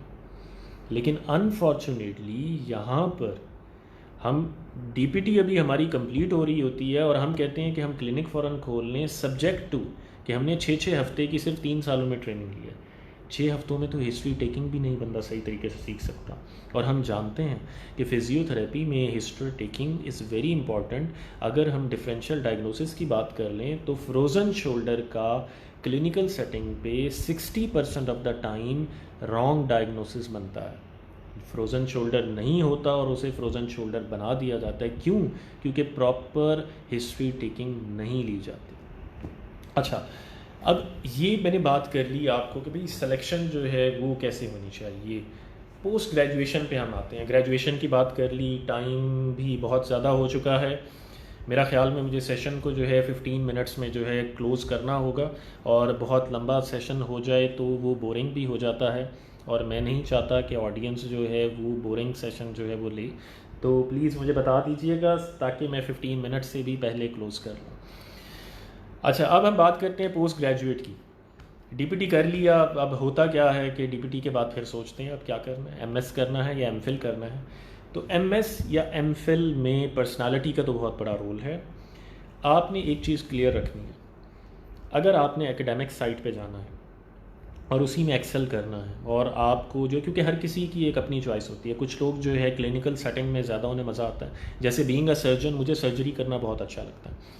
शायद अगर जो है मैं सिर्फ जो है वो पेशेंट चेक कर रहा होता तो मुझे वो इतना ज़्यादा अच्छा नहीं लगता जितना मुझे सर्जरी करना अच्छा लगता है। तो ये आप पे डिपेंड करता है कि आपको क्लिनिकल सेटिंग ज़्यादा पसंद है या एकेडमिक। अगर आपको एकेडमिक सेटिंग ज़्यादा पसंद है तो आप एमफिल की तरफ जाइए, प्लीज़ एमएस की तरफ मत जाइए। आप एमफिल की तरफ जाइए, आपको एमफिल में बहुत सारे ऑप्शन मिलेंगे। आप एमफिल एनाटॉमी कर सकते हैं, एमफिल जो है इवन हिस्टोलॉजी कर सकते हैं, पैथोलॉजी कर सकते हैं, फिजियोथेरेपी के इतने सारे एमफिल होते हैं।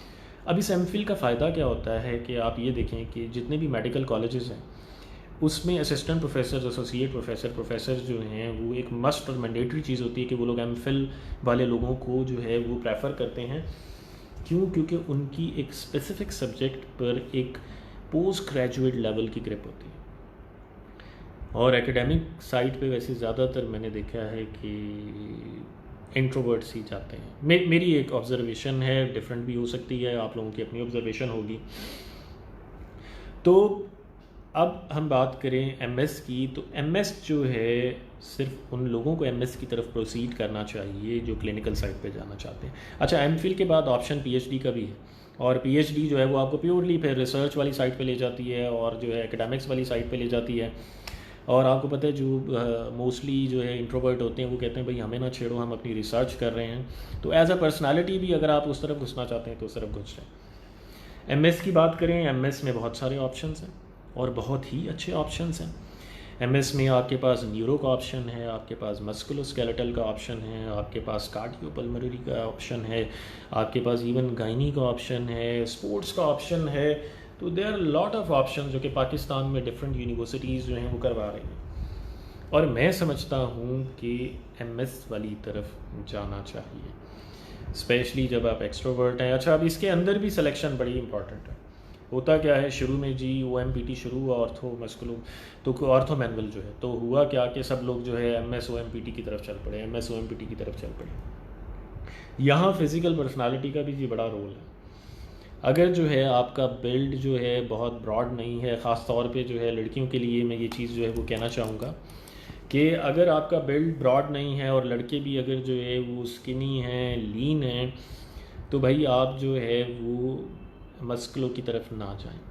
आप जो है फील्ड वो सेलेक्ट करें जहाँ पर जो है वो आपको इस तरह के इश्यूज़ ना हो कि आपको फ़िज़िकल एक्सर्शन ज़्यादा ना करनी पड़े। ठीक है, न्यूरो के भी जो हैं वो अगर आप देखें तो उसमें फ़िज़िकल एक्सर्शन जो है वो कम लग रही होती है, अनलेस जो है आप एक स्ट्रोक का पेशेंट डील कर रहे हैं। लेकिन न्यूरो में stroke is not the only thing. ठीक है, आपकी ईएमजी जो है वो एक ऐसी स्टडीज़ हैं जो कि इस टाइम हर मेडिकल कंसल्टेंट चाहता है कि काश उसके सिटी में जो है ईएमजी सर्विसेज हर जगह अवेलेबल हों। वो अगर आपने एमएस एनएमपीटी किया हुआ है तो ज़ाहिरी बात है वो होगा। स्पोर्ट्स फिजियोथेरेपी जो है वो एक बहुत ही वर्सटाइल जो है वो एक ऑप्शन है।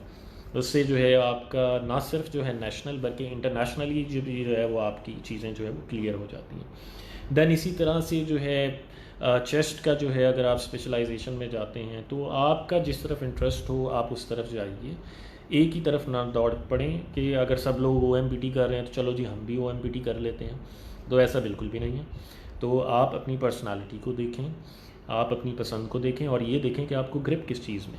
जिस तरह मैं आपको बात करूं, जब मैं एमबीबीएस में था तो मुझे न्यूरो एनाटॉमी शदीद ज़हर लगती थी, मतलब मुझे नहीं अच्छी लगती थी। मतलब न्यूरो वाला एक ऐसा पोर्शन होता जो मुझे नहीं पसंद था। तो हर किसी को इस तरह कोई ख़ास चीज़ें होती हैं जिस पे बहुत अच्छी ग्रिप होती है, और वो ग्रिप की बेस पे ही आप अपनी पोस्ट ग्रेजुएशन को जो है वो सेलेक्ट कीजिए। अच्छा, अब हम सेशन को जो है वो इसके लास्ट जो है वो पॉइंट पर जा रहे हैं, जो कि है कॉमन मिस्टेक्स। इसके बाद जो है हम सेशन की क्लोजिंग करेंगे। कॉमन मिस्टेक्स जो हैं वो जो हम कर रहे हैं, जिसकी वजह से जो है वो हमें फ़िज़ियोथेरेपी का जैसे स्कोप होना चाहिए वैसे नहीं मिल रहा। तो मैं जो है एक बात बड़ी क्लियर करता हूँ, और कुछ जिस तरह मैंने कहा कि हर शख्स एमबीबीएस में भी अच्छा नहीं है और हर शख्स फ़िज़ियोथेरेपी में भी अच्छा नहीं है। तो बहुत सारे लोगों को मैं शुरू में जस्टिफाई करता था, वो समझते थे कि शायद पता नहीं ये कौन सी स्टडीज़ कर रहे हैं। तो मैं उन्हें बताता था कि ये भी वही एनाटॉमी स्नेल से पढ़ते हैं या केएलएम से पढ़ते हैं या बीडी चौरासिया से पढ़ते हैं जो हम पढ़ते थे। ये भी वही गाइटन गेनोंग फिजियोलॉजी पढ़ रहे हैं, ये भी वही लिपन कॉट जो है वो पढ़ रहे हैं फार्माकोलॉजी की, जो हम पढ़ते रह गए हैं। तो द थिंग इज़ कि आपकी एक एक सब्जेक्ट वही है जो मेडिकल कॉलेजेस में जो है पढ़ाया जाता है, लेकिन हो रहा क्या है कि क्लिनिकल एक्सपोजर नहीं हो रही हमारे पास।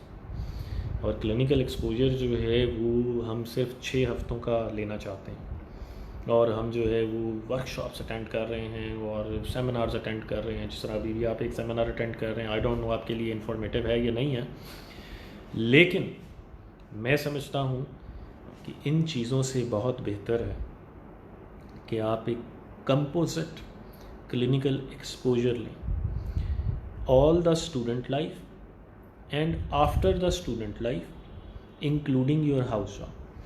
एंड जब हम क्लिनिकल एक्सपोजर की बात कर रहे हैं तो क्लिनिकल एक्सपोजर डजेंट मीन कि आप सिर्फ एक फिजियोथेरेपिस्ट या फिजियोथेरेपी क्लिनिक या एक रीहैब क्लिनिक पे खड़े हैं।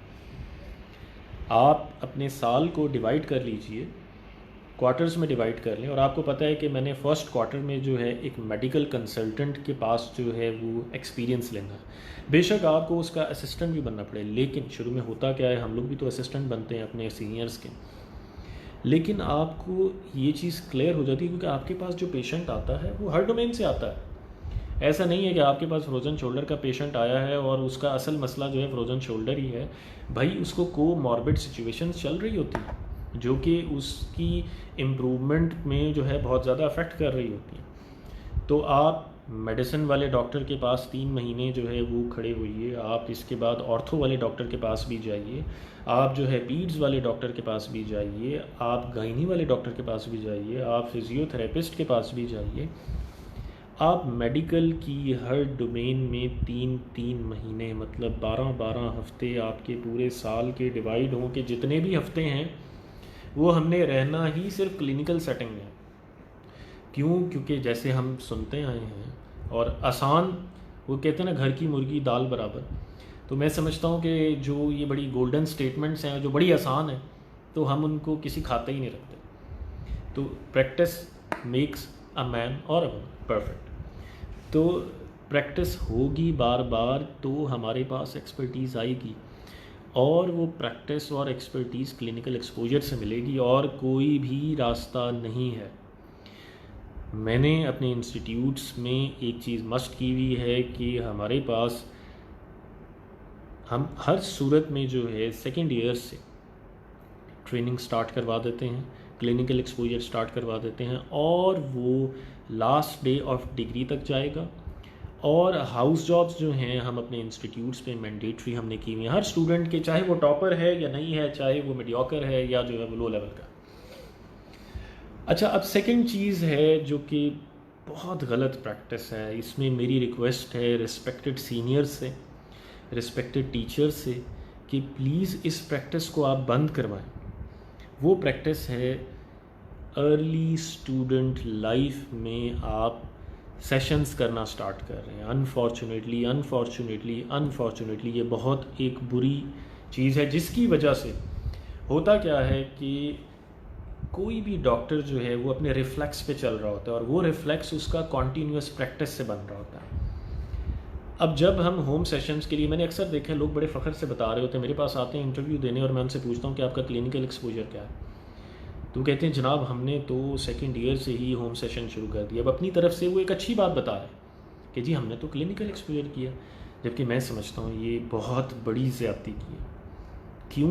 क्योंकि जब आप होम सेशन लेने जाते हैं तो होम सेशन पे आप सिर्फ अकेले होते हैं most of the time. Main आपके ऊपर कोई भी सुपरवाइज़र नहीं है। एंड मैं अगर अपनी बात करूं तो मेरे पास जो है sorry I was reading a comment. तो मेरे पास अगर मैं अपनी बात करूं तो हम जो है चीज़ों को जिस तरह जो है लाइक अगर जो है मैंने जब गायनी की जो है स्पेशलाइजेशन की तो मुझे अच्छी तरह याद है कि जब मेरा फर्स्ट वीक था, स्पेशलाइजेशन की बात कर रहा हूँ, ये मैं एमबीबीएस की बात तो कर ही नहीं रहा। एमबीबीएस में तो हम सोच भी नहीं सकते कि हमें पेशेंट को बग़ैर हमारे सीनियर के हाथ भी लगाने देंगे, ठीक है। हालांकि पेशेंट्स जो हैं वो सिंपल पेशेंट्स भी होते हैं। जब मैंने स्पेशलाइजेशन स्टार्ट की, पहले हफ्ते में मैं ऑपरेशन थिएटर की टेबल के परे सिर्फ खड़ा होता था और ऑब्ज़र्व कर रहा होता, ठीक है। आहिस्ता आहिस्ता आहिस्ता आहिस्ता कॉन्टीन्यूस ऑब्जर्वेशन के बाद इन्होंने मुझे कहा अच्छा चलें जी आप असिस्टेंट आ जाएं। असिस्टेंट के बाद आहिस्ता आहिस्ता आहिस्ता आहिस्ता फिर मुझे कहते थे आप सिर्फ स्किन पे कटते थे। उसके बाद फिर डीप जाना, शुरू में मैं सिर्फ ओपन करता था, फिर मैं क्लोज़ करना शुरू हो गया। मेरे लास्ट डे तक, हालांकि मैं सीनियर हो चुका था, लेकिन जिस दिन मेरा आखिरी दिन था स्पेशलाइजेशन का, उस दिन भी मेरे ऊपर सुपरवाइज़र होता। फ़र्क सिर्फ ये था कि जब मैं जूनियर था तो मेरे साथ सुपरवाइज़र खड़ा होता था या खड़ी होती थी, और जब मैं लास्ट डेज़ में होता था तो वो ऊपर एक कुर्सी रख के जो है नुक्कर में जो है वो सुपरवाइज़र बैठी होती थी। कहने का मकसद क्या है कि एमबीबीएस के 5 साल, हाउस जॉब का 1 साल, स्पेशलाइजेशन के 3-4 साल, ये 10 सालों में कॉन्टीन्यूस सुपरविज़न रही तो मेरा रिफ्लेक्स जो बना है, आज मैं जब भी जाता हूँ, हम रात को 2 बजे 3 बजे उठ के भी सर्जरीज़ कर रहे होते हैं, मेरी बॉडी का एक रिफ्लेक्स बना हुआ है कि ये सर्जरी किस तरह करनी है, और वो अल्लाह का शुक्र है वो उसी रिफ्लेक्स के साथ होती है। अब पॉइंट ये है कि जब हम सेकेंड ईयर में, थर्ड ईयर में, फोर्थ ईयर में हम अकेले एक घर में सेशन करने जा रहे हैं, हमें कौन सुपरवाइज़ कर रहा है? अगर हम कोई मिस्टेक कर रहे हैं तो हमें कौन बता रहा है कि हमने मिस्टेक की है? वो रिफ्लेक्स जो हमारा डेवलप हो जाता है, वो रिफ्लेक्स यकीन जानिए पूरी ज़िंदगी वो रिफ्लेक्स ठीक नहीं होता। मेरी सब टीचर्स से, सब इंस्टीट्यूट से, सब क्लिनिक से ये रिक्वेस्ट है कि प्लीज़ आप जो है स्टूडेंट्स को इस चीज़ पे कभी भी कॉन्फिडेंस ना दें कि ये अपनी स्टूडेंट लाइफ में जाके सेशंस करें। अगर इन्होंने करना है तो आपकी सुपरविज़न में ये करें, क्योंकि इनका जब ये रिफ्लेक्स डेवलप हो जाता है तो ये रिफ्लेक्स ख़त्म नहीं होता। अच्छा, सेकेंड जो है, अच्छा यहाँ पर मुझे एक चीज़ नज़र आ रही है, कौंसल, ठीक है। तो भाई कौंसल जो है वो एक मैंडेटरी चीज़ है, मैं मानता हूँ। इस टॉपिक को मैं बीच में ले आता हूँ और इस पर शायद मैं एक और डिस्कशन करना चाहूँगा कि बहुत बड़ा टॉपिक है, लेकिन कौंसल आपको एक्सपर्ट बनने से तो नहीं रोक रही ना। कौंसल ने आपको ये थोड़ी कहा है कि जी आप जो है क्लिनिकल सेटिंग्स में ना जाएं और जाके प्रैक्टिस ना करें। कौंसल के अप्रूव होने के चक्कर में जो है आपको क्या लगता है कौंसल बन जाएगी तो वो आप सबको पेशेंट्स भी खुद देगी? कौंसल बहुत ज़रूरी है, मैंडेटरी है कि जो लोग जो है वो लो क्वालिटी में स्टडीज़ करवा रहे हैं या लो क्वालिटीज़ में क्लिनिकल सेटिंग्स करवा रहे हैं, उनके ऊपर कोई रेगुलेटरी बॉडी होनी चाहिए। लेकिन कौंसल आपको एक्सपर्ट नहीं बनाएगी, ना ही कौंसल जो है वो आपको जॉब्स दिलवा के देगी, ना ही कौंसल, हमें पीएमडीसी ने सिर्फ एक सर्टिफिकेट दिया है, इसके अलावा उसने हमें ये नहीं सिखाया कैसे करना है, वो हमने खुद सीखना है। तो प्लीज़ कौंसल का जो है हम ये जो हम एक, मैं समझता हूँ कि रोते हैं हम कौंसल के नाम पे, प्लीज़ कौंसल एक सेपरेट इशू है और बड़ा इशू है और मैं उस पर भी सेशन करना चाहूँगा, लेकिन अभी उस डिस्कशन को नहीं लेंगे, लेकिन उसका आपके एक्सपर्ट होने से कोई ताल्लुक़ नहीं।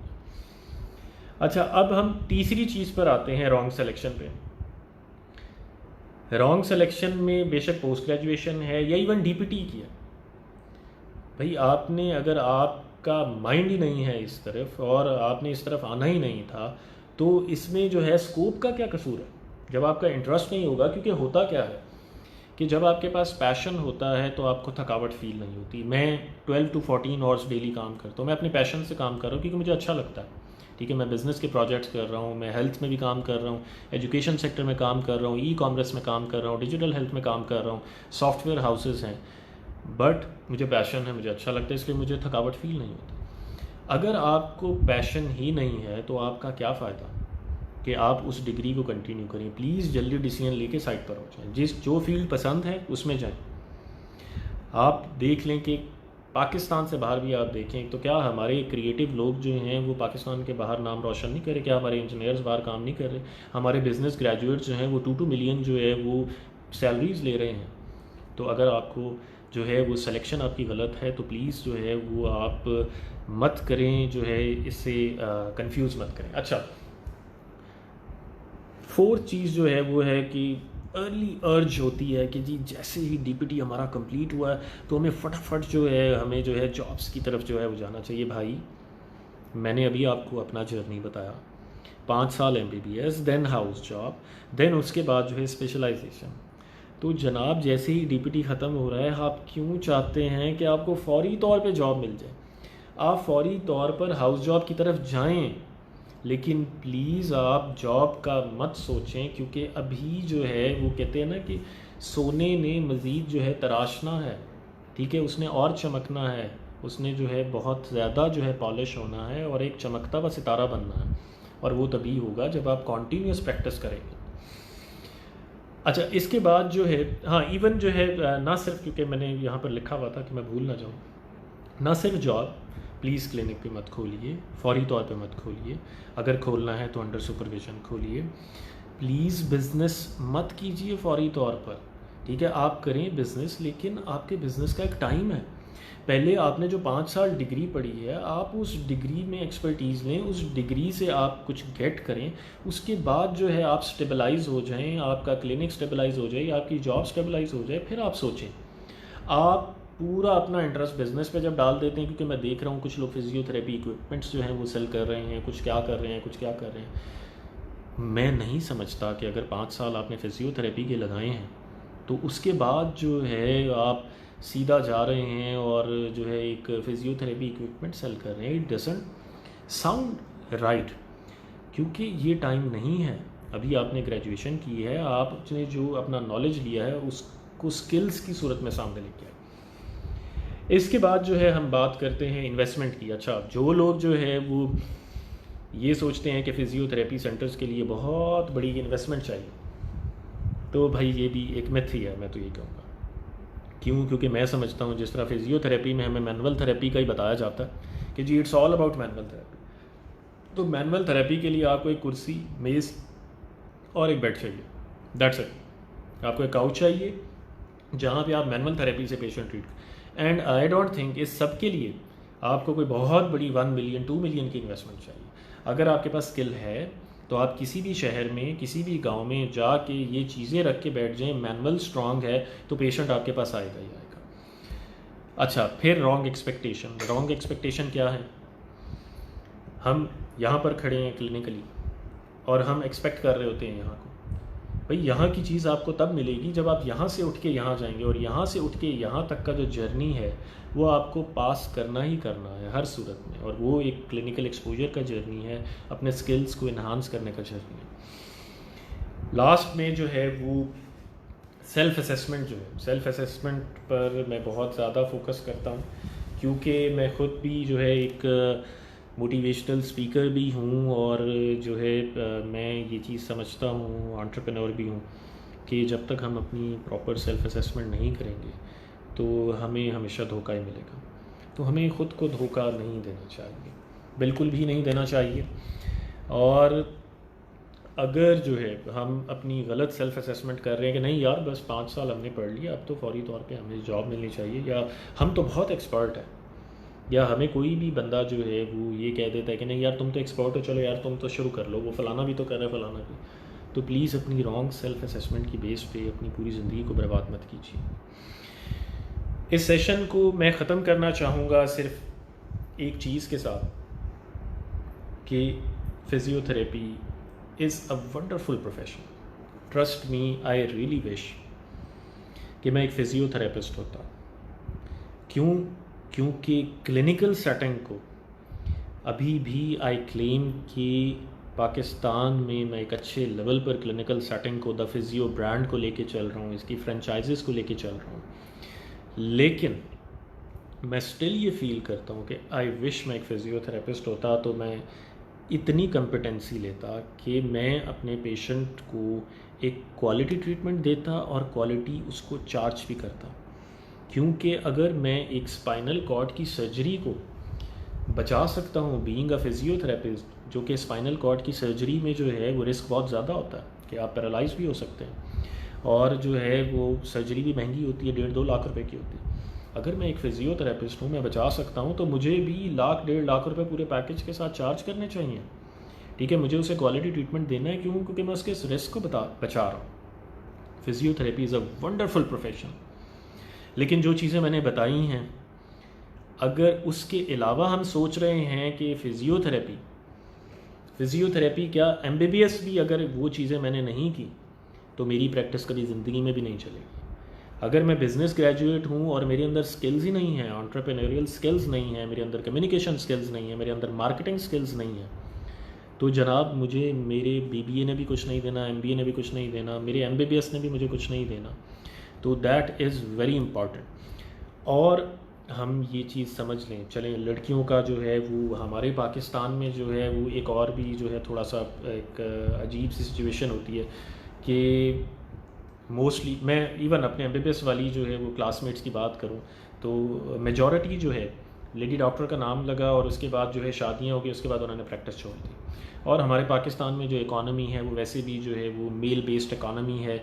एक मेल ने जो है 4 से 5 लोगों का ऑन द एवरेज जो है वो घर चलाना होता है।